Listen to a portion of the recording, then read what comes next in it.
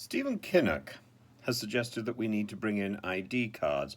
I'm not quite sure where he got this extraordinary idea from, but at a time when our Home Office is barely able to do its own jobs or the jobs it's expected to do at this moment, when there's a huge backlog, the thought of actually adding more bureaucracy to the problem and to the things that the Home Office has to do seems faintly mindless, and I'm not sure what adding ID cards is going to do to reassure the people about this paper tiger of, quote, illegal migration. The only way to deal with illegal, quote, migration is to sort out the backlog, to repair the damage which has been created with France and other European countries, and to reach out to countries beyond Europe where migrants are coming from, and to try to dissuade migrants from making their trip, maybe by having centres in northern France, though that seems to simply be transferring the problem from one place to another, but it would at least stop people crossing the channel. And I think ensuring that we have a variety of different time-limited visas which can be processed with speed. That means better bureaucracy. So to add another layer of bureaucracy to the bureaucracy which is already not working, where the visas that we've got cannot be processed in the time to be of any value. So, for example, a while ago, a musician contacted me and asked me how he could get a visa for his band members to accompany him to a quite high-level concert in London. And when we contacted the Home Office and various lawyers, it was quite clear that there was simply no time to arrange this. And that seemed rather sad.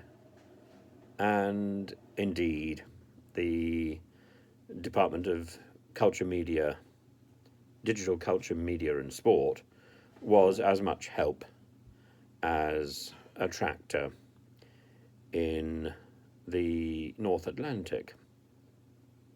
It's just nonsensical. And why? Because either we have too much bureaucracy which isn't being done, or we have people who are faffing around doing nothing, and their focus is on something entirely spurious. In the case of the DCMS, the focus of the minister of the DCMS was on the Prime Minister and running around the place cheerleading for him. I don't think she managed to do anything of significance in the entire time that she was minister. I'm talking about Nadine Dorries, if anybody's in any doubt at all.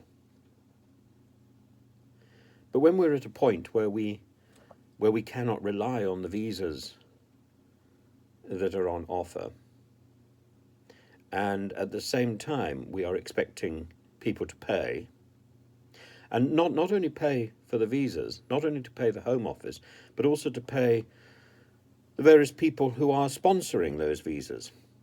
So, for example, if you are a foreigner and you want to come to this country to study, you will need to pay the school or the university or the college which is going to produce an invitation.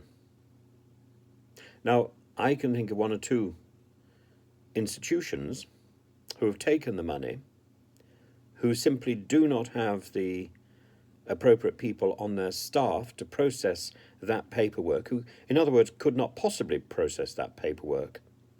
And, a good 2 months later, are revealed to have acted, what should we say, dishonestly, and still find it extremely tough to return the initial deposit. This is a spiral of deceit that has been created by the Home Office, and I've seen the same sort of thing in other countries where state bureaucracy is out of control. I remember being in Greece in the late 1990s, early 2000s, and the bureaucracy was mad. And this led to all manner of chaos, including the rise of Chrysiavgi, Golden Dawn, huge xenophobia. I also remember being in Russia at the wrong time. I don't think much changed in Russia. Russia has always had a detestable bureaucratic system. But bad bureaucracy parallels social unrest.